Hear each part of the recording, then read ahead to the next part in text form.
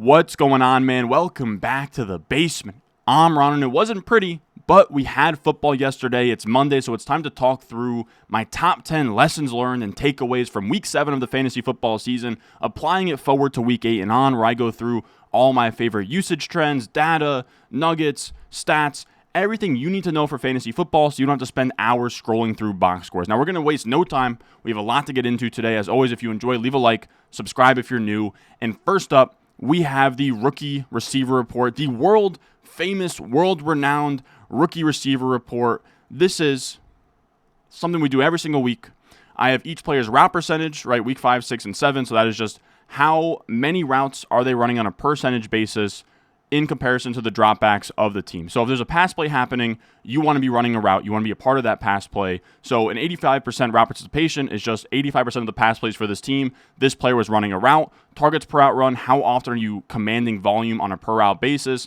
Anything over 20% is good. Yards per route run, how efficient are you on a per route basis? Anything over 2 is good. And then first downs per route run. This is just to kind of weed out the noise. Are you moving the chains? Are you being an engine of your offense and getting first downs, helping out your team?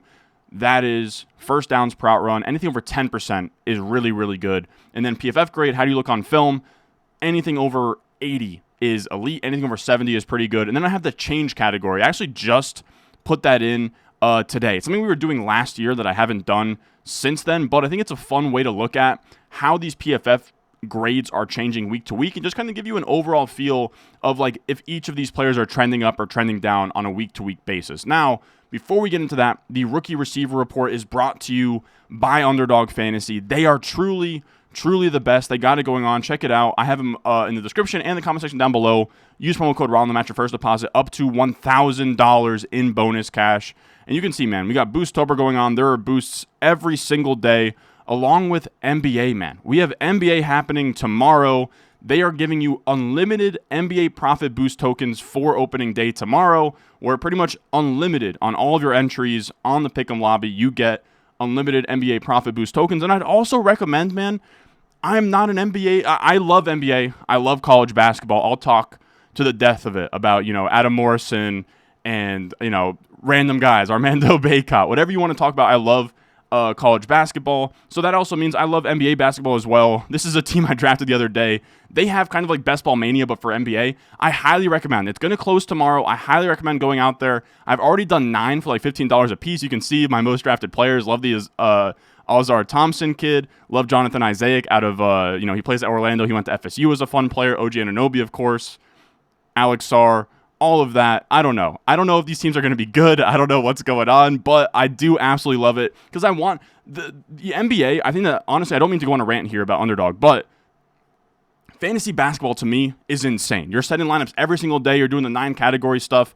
Let me just draft a team of my favorite guys, right? You can see here, I love Darius Garland. I like Banchero. I like Franz Wagner. I like some of these players. I don't love Joel Embiid, but I know he puts up points. Let me just draft that team. I'll monitor it throughout the season. That's it. I'm not doing all the extra stuff. So check out Underdog Fantasy. Link down below in the description, comment section down below.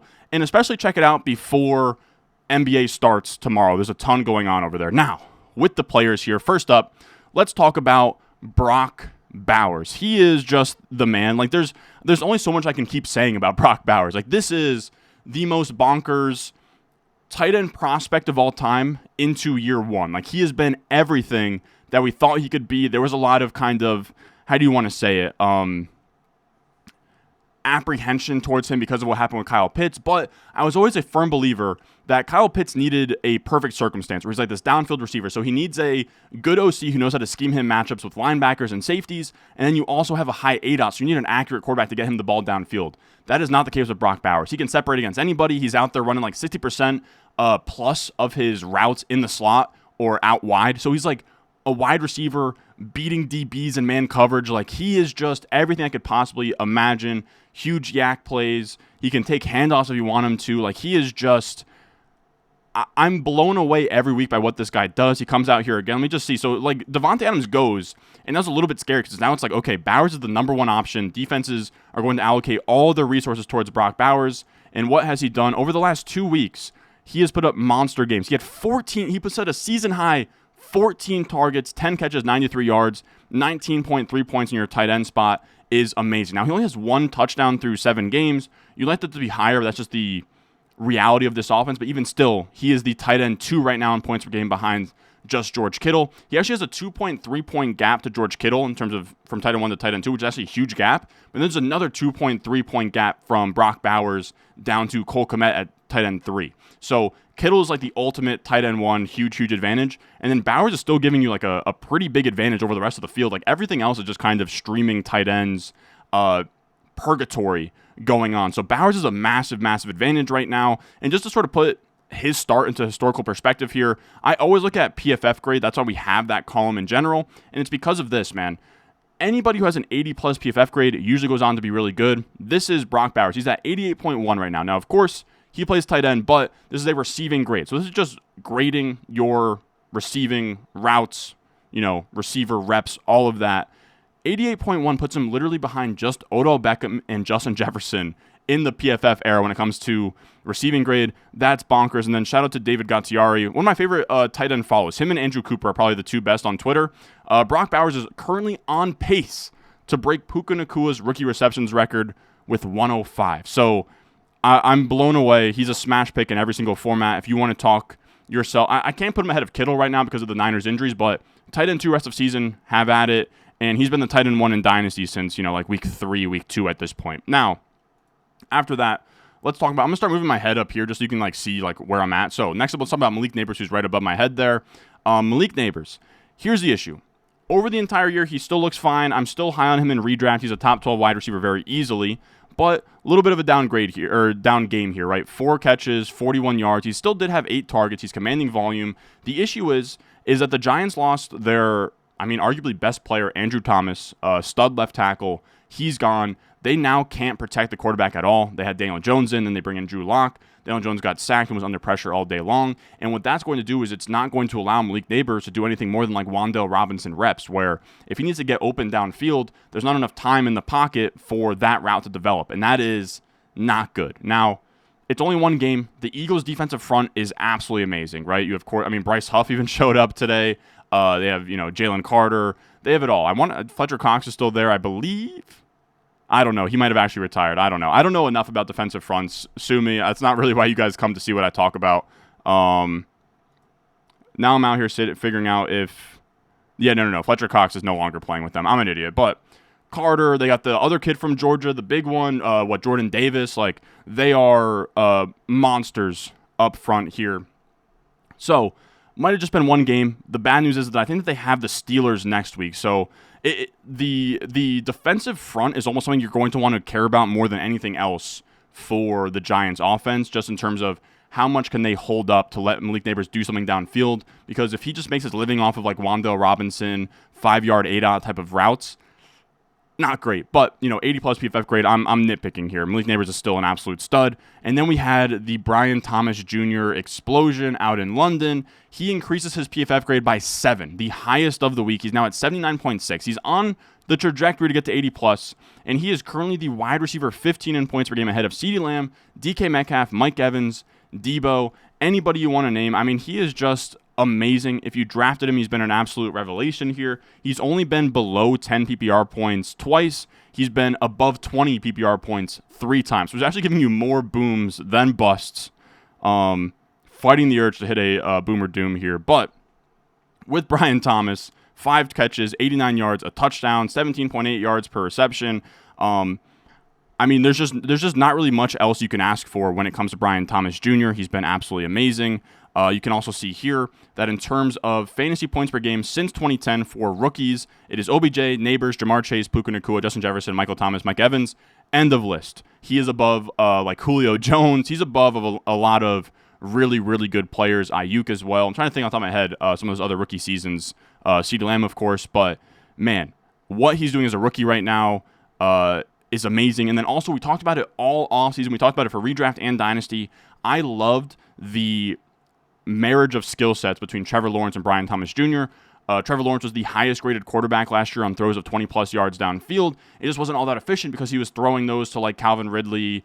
Didn't really have a true deep threat. Brian Thomas Jr., that's literally his game. Last year he had 17 touchdowns at LSU in an offense with Malik Neighbors, and that was his, bread and butter, was downfield, huge plays, and Brian Thomas Jr. is giving you that, but then also getting other targets, right? His touchdown, which is kind of like this, I don't know if you want to call it like a slant or a crosser, but he goes across the middle of the field, like maybe like a 3 or 4 yard ADOT, so he's getting used everywhere, but then when you add on that floor of volume and you add just massive chunk plays downfield, I mean, it's just absolutely amazing what he's doing. And then, of course, another stat I wanted to show from Austin Gale, highest yards per out run for rookie wide receivers in weeks 1 through 7 all time. It is Jamar Chase, it is Jefferson, it is Puka, and then it is Brian Thomas Jr. since 2006. So, blown away is all I can really say here. I mean, the per out stuff, 2.6 yards per out run is just insane. He hits the thresholds we're looking for across the board and is knocking on the door of 80-plus receiving grade.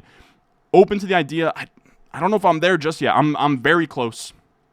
I actually might be there already, but if you want to put Brian Thomas Jr. over Marvin Harrison Jr. in all formats, dynasty, redraft, whatever, I wouldn't knock you. Like I think Brian Thomas Jr. is just that special, and it's not even really a knock on Marv. Now, of course, Marvin Harrison Jr. Is playing in Monday Night Football, so is Ladd McConkey, but I did want to talk about Marvin just real quick. I did see the stat that I thought you guys would find interesting. This is a stat from ESPN. 3 seconds into running a route, who was on average the furthest downfield? Alec Pierce by a lot. But you can see the archetype on this page is just like this sacrificial X receiver that Matt Harmon is actually referencing to in the quote tweet here. There's this archetype of receiver, kind of like what Gabe Davis was on the Bills and what like they wanted him to be on the Jaguars, kind of what Zay Jones was on the Jaguars, of just clear out, run downfield. We'll hit you a couple times, right? Alec Pierce has had that a couple times this year, but clear it out. That's what Marvin Harrison Jr. is being asked to do right now. His ADOT super high. He's, getting downfield. That's 3 seconds into an average route of his. He is already 11.6 yards downfield. So he's running super, like, it's not to say that he's just running just streaks, kind of like George Pickens in the early days with Matt Canada. It's not that bad, but it's tough. Like Trey McBride's a better yards at the catch threat. So it's tough to be like, give Marv some of the easy stuff across the middle or short yardage. But it just is what it is. His role is not as good as these other guys, including Brian Thomas Jr. And then let's talk about some of these other guys. Huge sigh of relief if you have Keon Coleman bags. Like I said, I'm just going to put my face kind of like right below each player. Keon Coleman, 83% routes run each of the last 2 weeks, which are pretty high for him. Before that, he was at 72%. And he finally hit 2 yards per route run. Again, like I said in the beginning, that is the number that we're looking for. Keon Coleman hits that, which is really, really good news. He had 7 targets, a season high, 4 catches, tied a season high, 125 receiving yards. His previous high was 51. No touchdown, but he could have even had a bigger day on a 16.5 PPR point day. But he caught a touchdown, but his foot was out and just a lack of concentration. He looks really good. But this is much more of a dynasty take with him because in redraft, Amari Cooper only ran 12 routes this week. So those are going to come up at the expense of Keon Coleman. There is already Amari Cooper, Kincaid, Shakir, the running backs out of the backfield. So there's a lot of, ball to go around. And Keon Coleman, again, prior to this game, his season high in targets was 5. So I just don't know how he gets the volume to be a consistent startable guy. But there is, of course, always the idea that these rookie receivers can almost develop and transform down the stretch of a season. Maybe that's Keon Coleman, but in Dynasty at the very least, these per route numbers, 70 plus PFF grade, 2+ yards per out run, those are enough to rule out the face planting stuff, and he has a very, very bright future attached to Josh Allen. I am holding no matter what in Dynasty. There is real long-term potential here, which I think is very exciting. Then you have Xavier Worthy, not as rose-colored glasses here. He is not above a 70 PFF grade. What I will say, he comes off a bye. We're hoping for a post-bye rookie bump, and we kind of get that, right? He comes out here. He sets a season high in targets with 8. The previous week before the bye, he set another season high with 6 targets. So he set a season high with 6 and then a season high with 8. He's getting more volume, but he turned 8 targets into 3 catches, 19 yards. That can't happen. Now, I will say there was one ball downfield. Mahomes missed him. He overthrew it, what could have been an 80-yard touchdown, but you're getting targeted 8 times. We got to catch more than just 3 balls. That's a bit of an issue.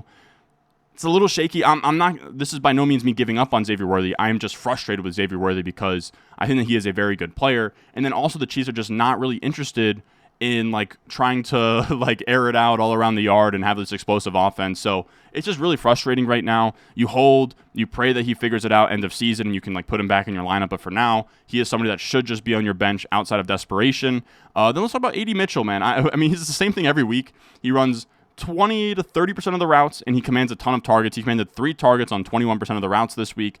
Good for the best targets per out run on the rookie receiver report right now at 32.5%. He gets open, he commands targets, and this time he actually caught 2 balls for 30 yards. So, you're not putting him in your lineup, but he's good. He is kind of the bizarro Dontavion Wicks, where you actually kind of need to thread 2 needles here. You need the Dontavion Wicks, where you get like the Christian Watson injury. This case would be Alec Pierce injury. It'd be Michael Pittman. It'd be Josh Downs injury. Boom, A.D. Mitchell comes in. And then you probably also need the Anthony Richardson injury, which is another wrinkle. So you got to hit a parlay for A.D. Mitchell to work out in redraft. But in Dynasty, I do feel very good about him. Xavier Legette. The Panthers are just too bad for me to really care much about Xavier Legette's like bad efficiency metrics. He still has a 16.5% target per out run. That's not bad. He's commanding targets. He just looks like a good player on the field, I think, but it's tough to really evaluate things with how bad the Panthers have been. Then we have Ricky Pearsall, which I made a little bit of an exception. All these guys have 70 or more routes run besides Ricky Pearsall. He runs 86% of the routes. He gets thrusted into the wide receiver 1 role with Debo going down, with Ayuk going down. 86% of the routes. He gets 5 targets. Turn that into like nothing really.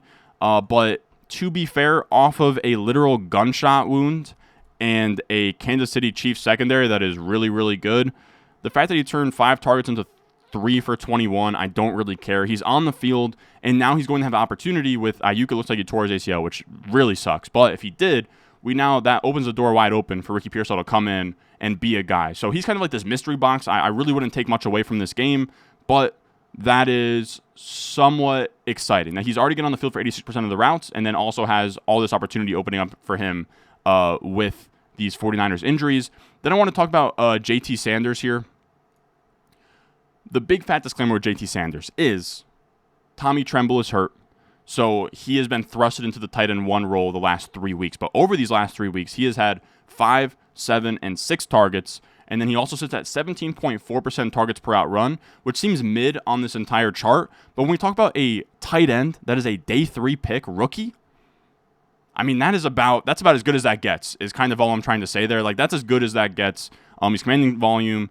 I think that he actually converted this week's volume to something decent as well. Like, in the past, it's been an empty volume. Yeah, I mean, he caught all 6 of his targets for 61 yards. At the tight end position, you'll take that all day. So JT Sanders is very interesting. I just don't know that he's great for redraft. I mean, he's good in, like, if you got like a 2 tight end league or like a tight end premium where you can maybe like flex a guy. He makes some sense. And then also plus 5.9 PFF grade was the second highest change on the week. Then our next player here, I'm going to just have him. He's right below me. Jalen Polk. I'm throwing in the white, I'm waving the white flag. I'm throwing in the towel. I have given up. I know that there's maybe some late season upside here, but I'm ready to declare Jalen Polk dead. I hate to say it, but look, 97% of the routes, then 69%, and 52%, and then the efficiency is I've been doing this for 3 years, the rookie receiver report, and never in my life have I seen efficiency stats this bad.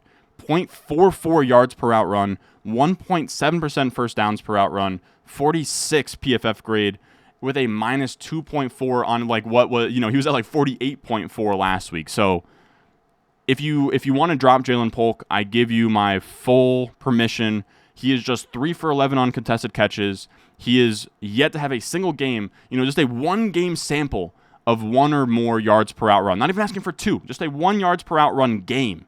He has not hit that yet. So I'm done. I'm hoping that they put in Javon Baker. We could talk about him on here, but the fact that he hasn't been able to get on the field is already a pretty rough look for him as well.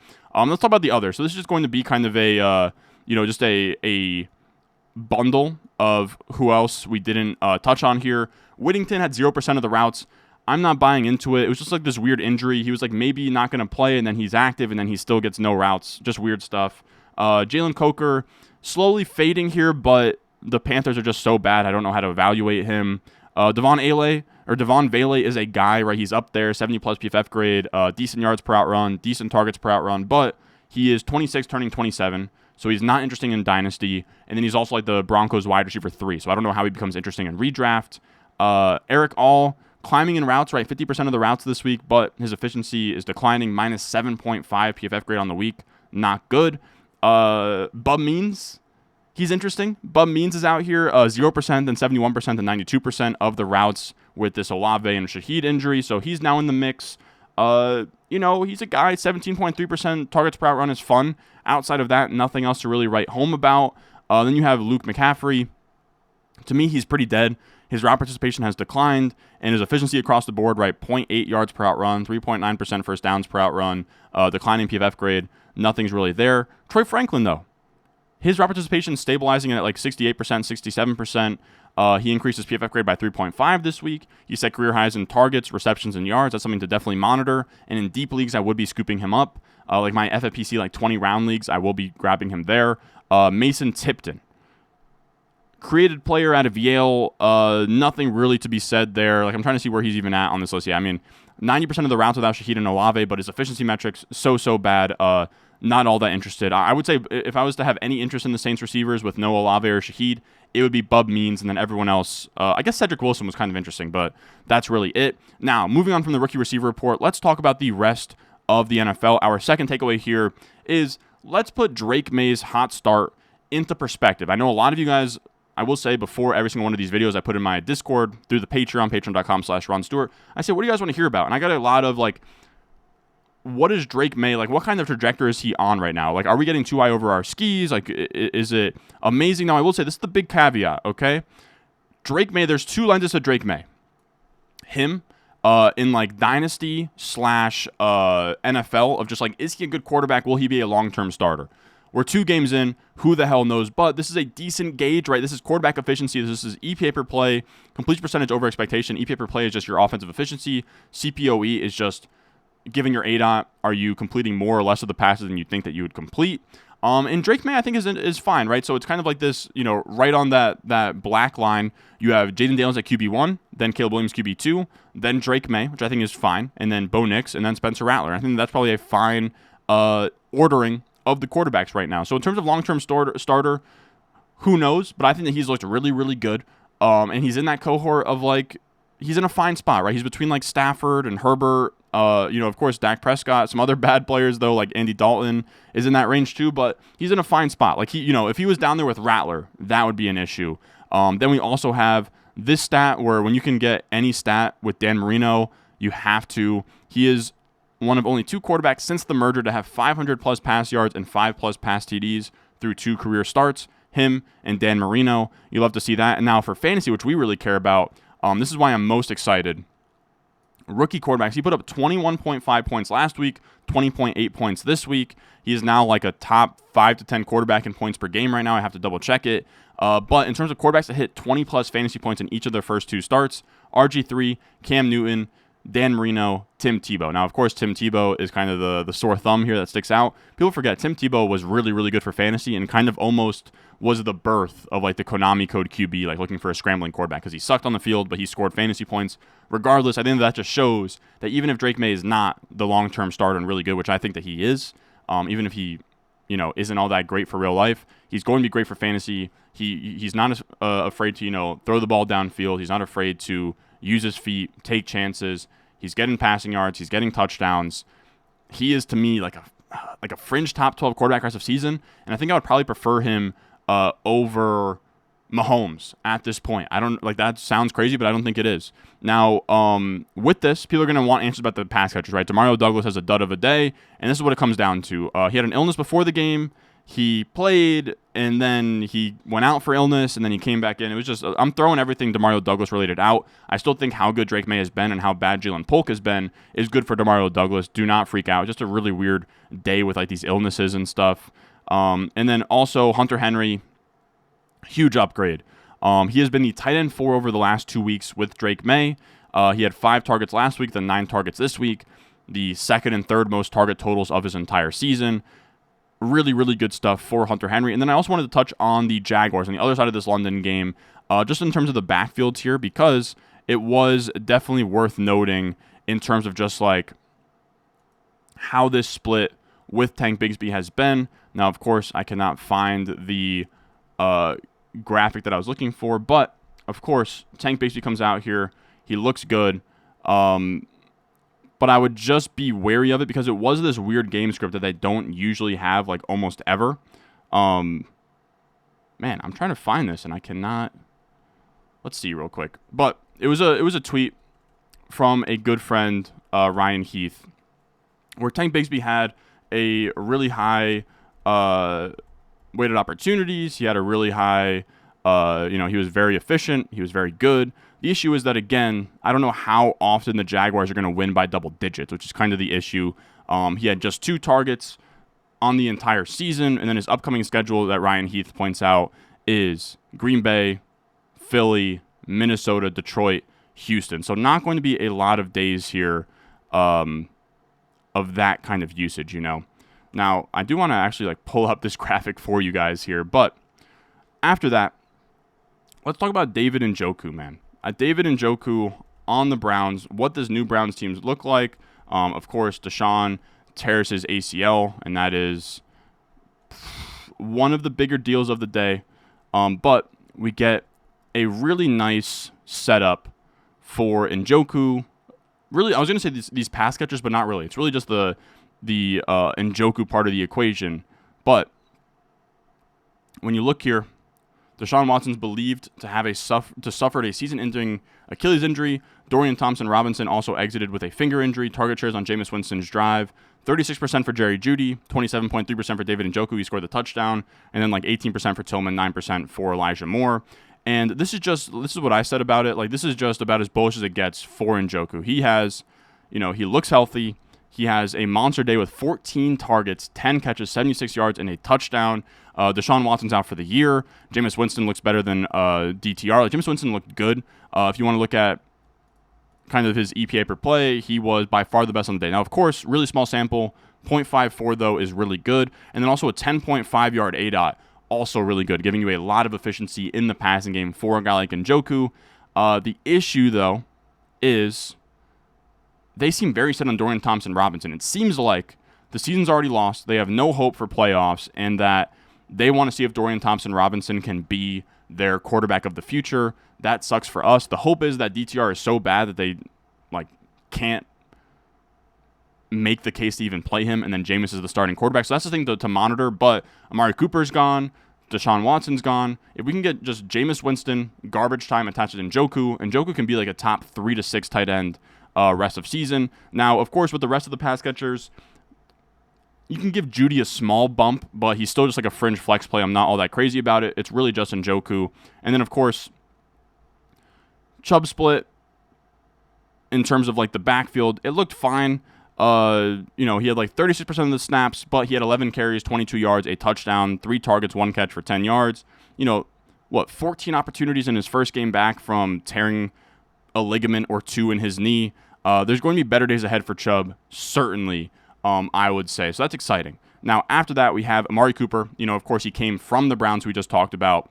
And this was his debut. He dunked all over me. I had him as someone that I would sit in my 7 stats video from Saturday.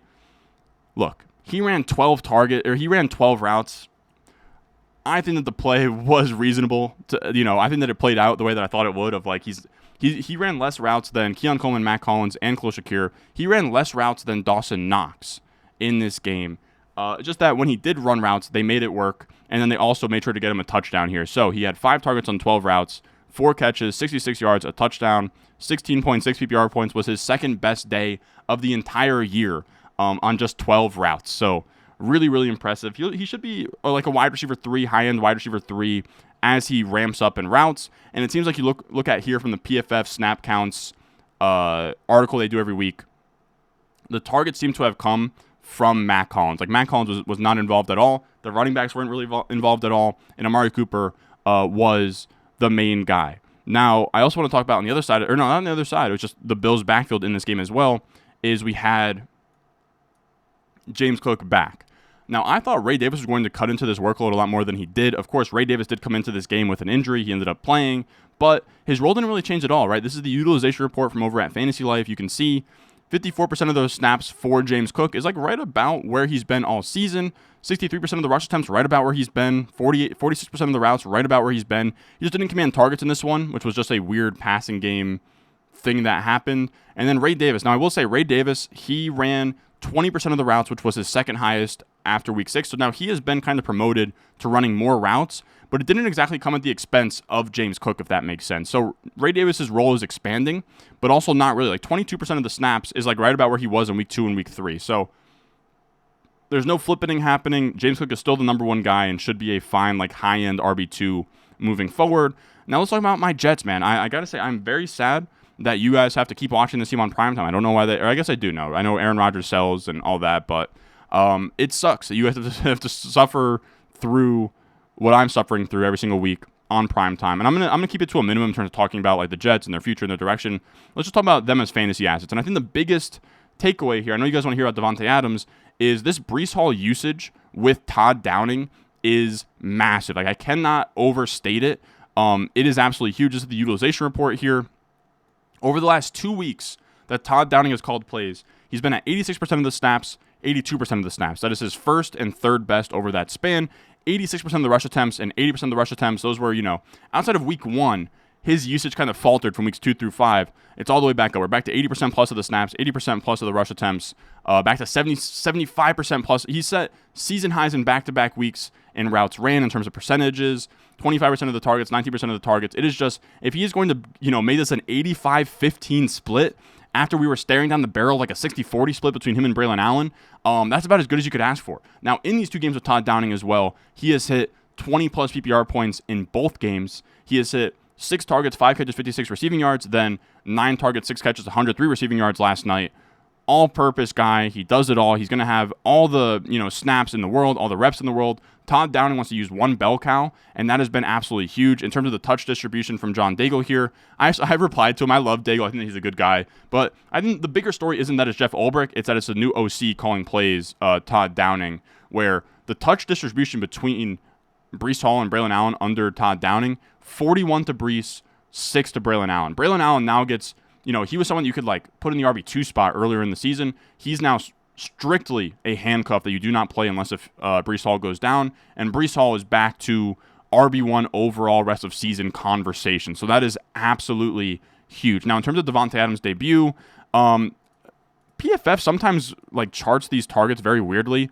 Davante Adams on the box score is down for 9 targets, so I'm treating him as 9 targets. So we had 9 targets for Garrett Wilson, 9 targets for Davante Adams, and 9 targets for Breece Hall. That's probably what it's going to be, where you have like them all fighting for the highest target total in each game.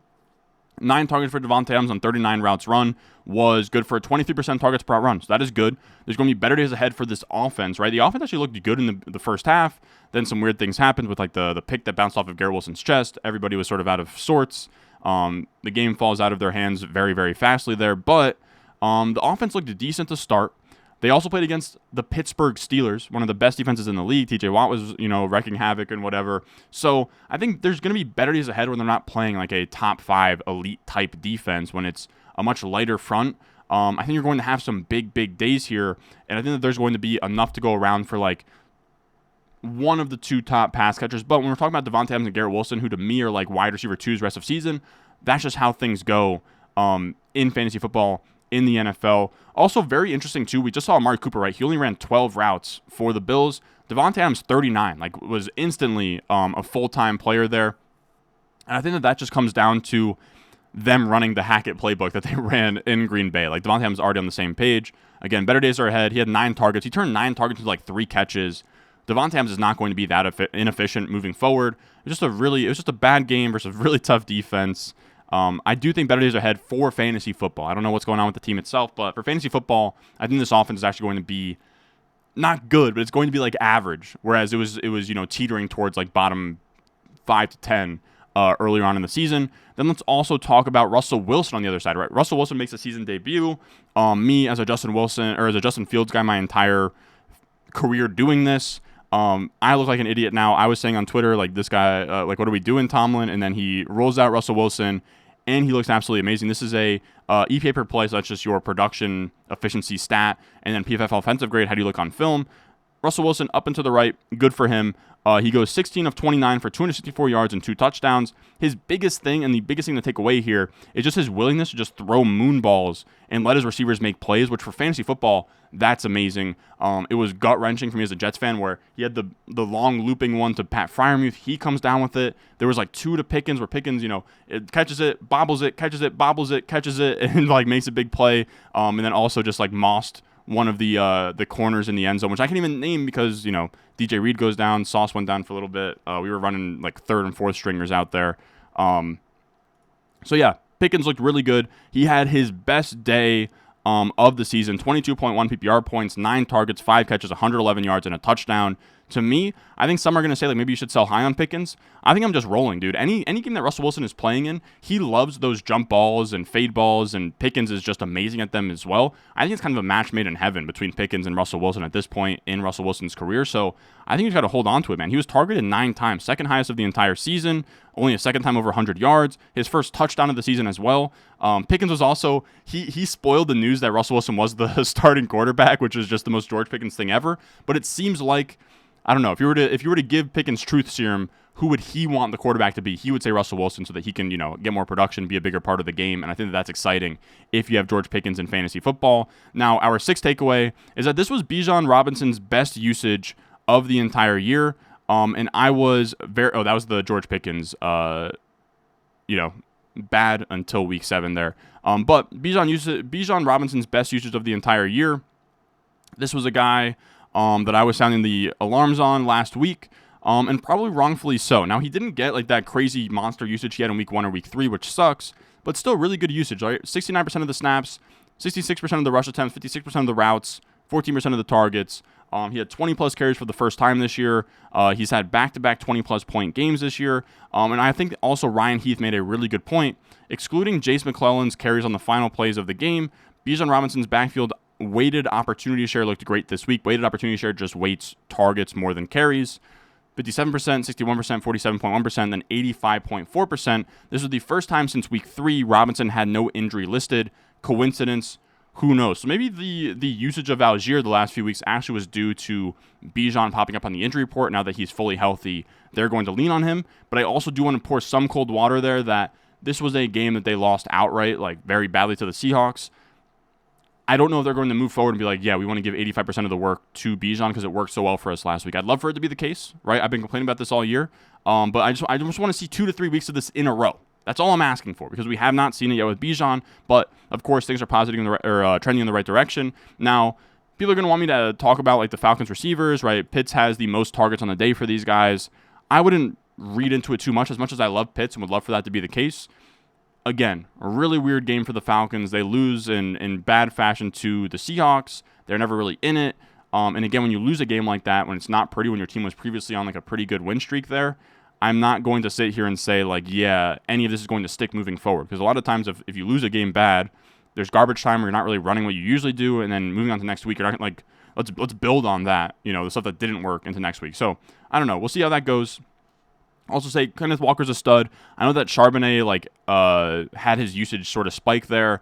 Kenneth Walker came in with an illness. It was like his birthday or whatever. They got him like a touchdown or 2 and then got him out of there. I'm not all that concerned about him moving forward. Then our 7th takeaway here. I say this half jokingly. I'm not telling you to go to your rosters and drop him, but like Mahomes can be dropped. If you are in like a 10-man league or a 12-man league and you need the roster space, I mean, he is killing your team right now. I have him in a couple places. He is killing me because his name is Mahomes. And you put him, if you're going to put him on your bench, you need to have a really, really good option in front of him.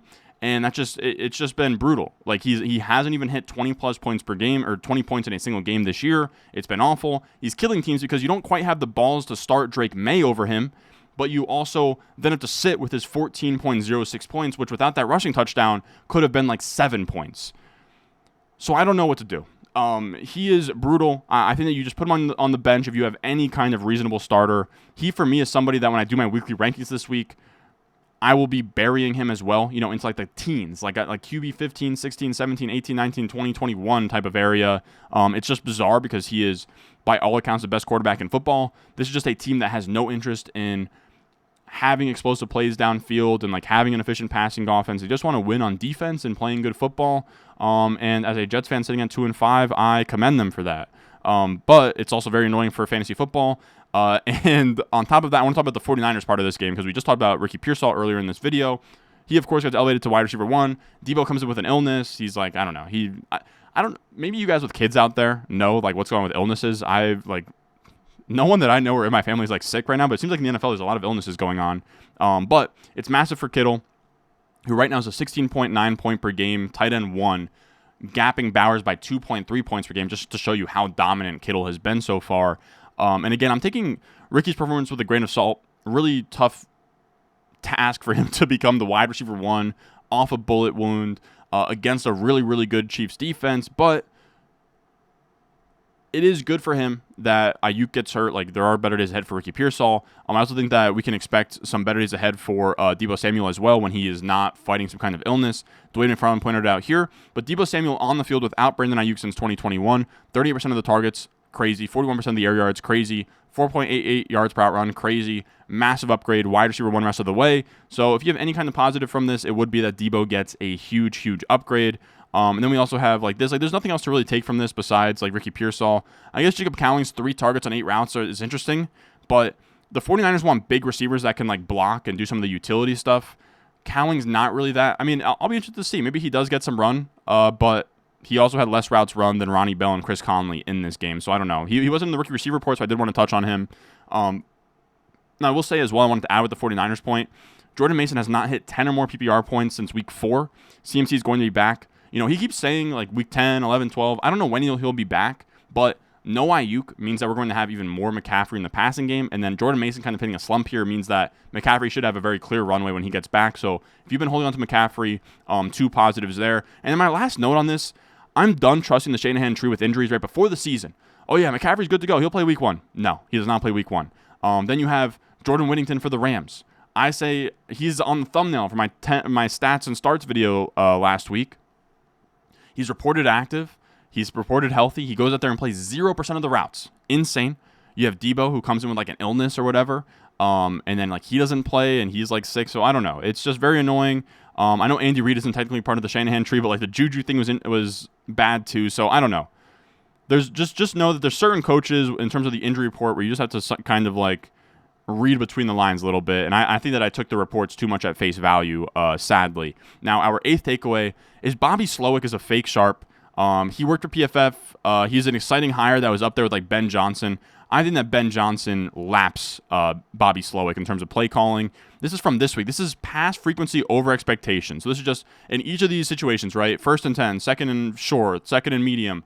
How often is a team usually expected to pass in these situations? He was at minus 13% overall in a game that they lost with CJ Stroud at quarterback. I don't know how you get to minus 13% pass rate over expectation with CJ Stroud. Again, CJ Stroud as your quarterback. They passed the ball minus 22% over expected on first downs. That's like the biggest tell, is that if your offensive philosophy is run, pass, it's not a winning formula. And it was part of what annoyed me last year with the Texans, is because they would do this, but with Devin Singletary, and it'd be even worse. It's like, I know that Nico Collins is hurt, but your quarterback is CJ Stroud. Put the ball in his hands. You just lose the game that was winnable against the Packers because you just rammed Joe Mixon up the gut, which Mixon's been great, but you're not going to win games because of Mixon in spite of CJ Stroud. So that's like my real-life football rant, but it's also why this was such a tough game for the fantasy assets on this team, because we look at the routes here. No, this is actually the Packers, but look at like CJ Stroud yesterday. He attempted, I want to say, my guess is 19 pass attempts. 21. He attempted 21 pass attempts in this game. Prior to this game, he had never attempted less than 30 pass attempts. So I don't know what... I don't mean to sound like annoyed here, but I am annoyed. I don't know how else to describe it. What are we doing? 21 pass attempts for your best your best player on your team? I mean, he was 10 of 21, so, bad completion percentage, whatever, but let your quarterback get in rhythm and win you a game. Then I will say people are going to panic on, like, Tank Dell. J.J. Zach recently said here, Tank Dell didn't catch a pass against the Packers. The good news is that Tank Dell saw a 21% target share, his 3rd highest mark of the season, and he dropped a touchdown pass and had something else weird where there was a flag called on an end zone target. I'm not panicking on Tank Dell. I think that we got him right where we want him right now in terms of Nico Collins out and Tank Dell finding some rapport with CJ Stroud. We just need more than 21 pass attempts, and the Packers are a good defense in their own right. Then the other side of this game I have listed as the Packers whack-a-mole here, where it seems like every other week someone goes off. Romeo Doubs led the receiver room with 10 targets. I think that Romeo Doubs, funny enough, is the most steady and projectable of all of these receivers. He always runs the most routes. He's always in the mix for the most targets. He had 10 targets, 8 catches, 94 yards in this game here. But Christian Watson and Tavion Wicks under 20 of the routes run.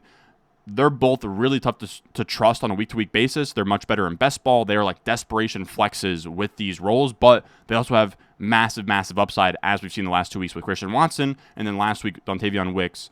Then Jayden Reed, that's the big talking point, right? He runs 30-plus routes, just 4 targets, just 1 carry. I'm not panicking. As always, the usage is not going to look great with Jayden Reed. He makes plays. He's a very good player. I'm always going to bet on Jayden Reed. So I wouldn't freak out. 31 routes is like 1 below Romeo Doubs. He's running the routes. It was 1 bad down game against a really good Texans defense. So take that for what that is. Then our 9th takeaway is the Colts with Richardson and some Miami thoughts here as well.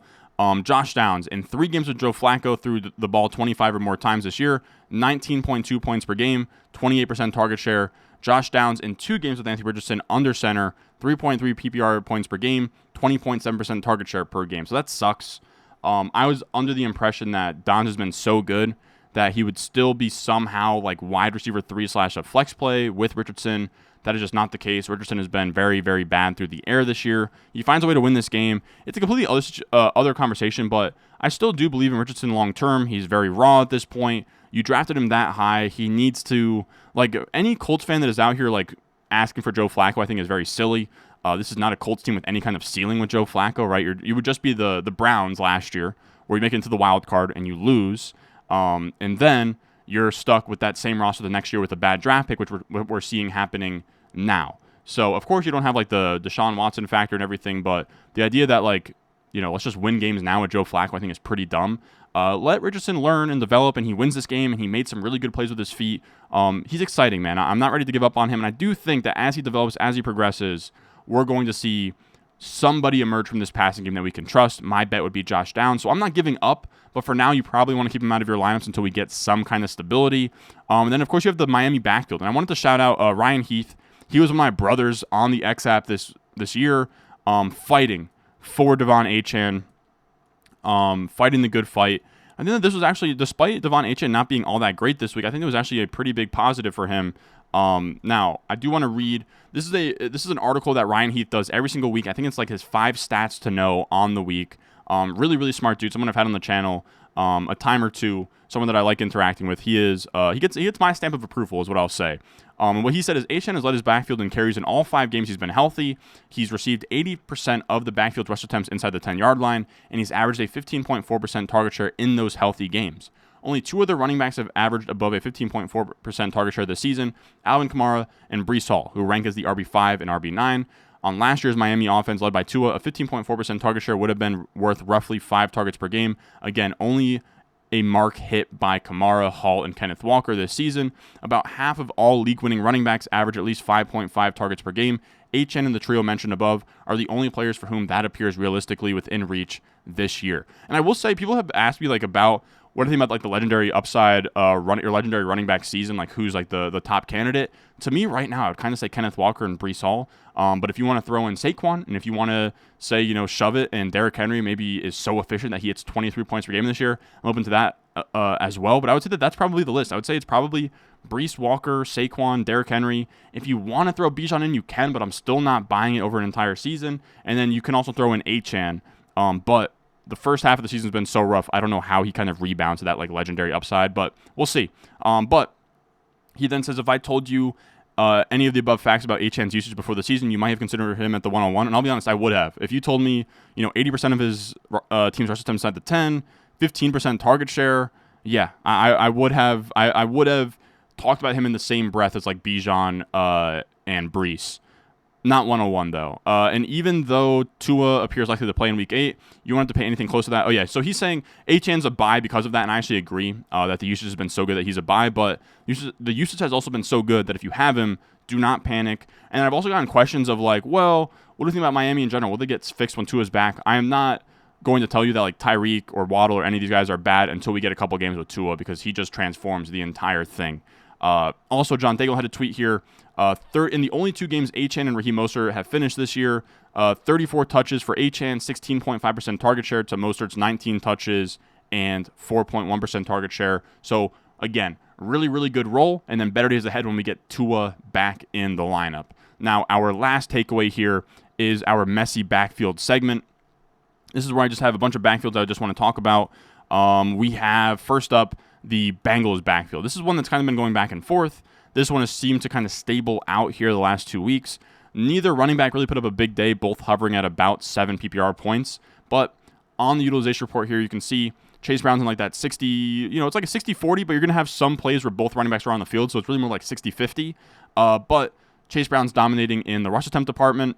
Zach Moss is still the preferred passing down back. But Chase Brown had 17 opportunities to Moss's 9. So Chase Brown is comfortably ahead here. Just a bad matchup versus a Cleveland front that is really, really good. Then we have the Giants here. How did Tyrone Tracy look with Devin Singletary back in the mix? This is from Dwayne McFarland here. Tyrone Tracy might be the Giants' new RB1. Backfield splits before Daniel Jones left in Week 7. Tyrone Tracy, 72% of the snaps, 40% of the rush attempts, 76% of the routes. That's crazy. Singletary, 21%. So it's like a 75-25 split. I'm open to the idea that Singletary is getting eased back from his injury, so maybe it settles like 60-40, but Tyrone Tracy's the 1A at the very worst, and that is a huge, huge development. He should be kind of a fringe RB2 moving forward in better matchups against not the Philadelphia Eagles. Then we have the Colts backfield as well. I had Tyler Goodson on my starts and stats video, which, I mean, he didn't crush, but if you get 11 or 12 points from Tyler Goodson, you'll take that. He had 14 carries, 51 yards, a touchdown, 11.1 PPR points, about a clean 50-50 split here. Very, very interesting. I cannot believe, just with the archetypes of players, Goodson, much more of this receiving back that came out of Iowa. Sermon, this between the tackles grinder out of Ohio State, transferred from Oklahoma. Goodson's the inside the 10 back, with Sermon being the third down back, and it almost gives me flashbacks like Mixon and Pirine, but very interesting nonetheless. Sermon gives you 8 carries with 36 yards for 5.9 PPR points. He's not really startable even in games without Jonathan Taylor. Goodson is a desperation RB3 until JT is back. Hopefully that is soon. Our fourth backfield I wanted to touch on is the Raiders, man. Dude, Zamir White has been banished to the shadow realm. 13% of the snaps, less than Abdullah. Shout out to Dave Richard here. 69% of the snaps for Madison. 4 of 4 of the inside the 10 snaps. He's like a fringe RB2 rest of the way. He had 23 carries in this game for 92 yards, 3 catches, 31 yards, 15.3 PPR points. For someone you got for free off of waivers, that will certainly do. And then our last takeaway is the Broncos backfield we have from J.J. Zacharyson. Javonte is one of the 7 qualified running backs this year. This is from a while ago. This wasn't even this week. It was like 2 or 3 weeks ago. Javonte is one of 7 qualified running backs this year with a 50% plus running back rush share per game rate and a 13% target share per game rate. The other 6 backs all average at least 14 PPR points per game. Williams is averaging 8.6. So this just tells us that the role has been really, really good, just that he hasn't been scoring fantasy points, and that finally changed. He gave you 14 carries, 88 yards, 2 touchdowns, 3 catches, 23 yards for 26.1 PPR points. We'll see if that holds, but it should be a step in the right direction and kind of the pumping the brakes on the Estime train, where Estime is now going to get a little bit pumped up here instead of being someone where maybe he's now going to just completely take over this backfield. Much more of a he's now like the RB3 in a backfield that's not going to generate a ton of fantasy points. So that is going to do it for us today. That is my top 10 lessons learned and takeaways from Week 7 of the fantasy football season as we look forward to Week 8 here. As always, if you enjoy, make sure you check out Underdog Fantasy. Use promo code ROUND to match your first deposit up to $1,000. Again, I'm telling you, as soon as I'm done recording this, I'm going to hop back on there, draft another basketball team or two. I want to make sure I want to get to 15 before the season starts, just to have a nice batch of teams to follow as we go along here. I do love drafting some of the rookies and stuff. I got to get a Reed Shepherd team. Big Reed Shepherd guy, big Rob Dillingham guy. Who else do I like, man? Let me give you a sleeper or two for the NBA season, just to get it off my chest. I do love, even though the scoring is more like steals and blocks in NBA, I do love Cam Thomas for the Nets. I just think that they're going to trade everyone away for Cooper Flagg, and then Cam Thomas is going to average 30 points per game. And then that might be it, man. That might be all I got. I'm trying to think. I love the Thompson twins. The Thompson twins are very fun. Draft Zion Williamson. Just draft the most fun teams out there. I will say, in terms of go out there, see if you can find a good article for structures. I know Establish the Run has them, but I think they're behind paywalls. But you usually, in terms of roster construction, I don't know. I don't want to get too big into it. But 6'6" is decent in terms of guard, wing, center. But center is kind of your quarterback / tight end onesie, where you want maybe 2 to 4, and you'll figure out the rest. I don't know. It's fun. I do love dabbling in the other sports Underdog has, so make sure you check them out. If not, feel free to just reject all of that and just leave a like, subscribe if you're new, and I will see y'all in the next one.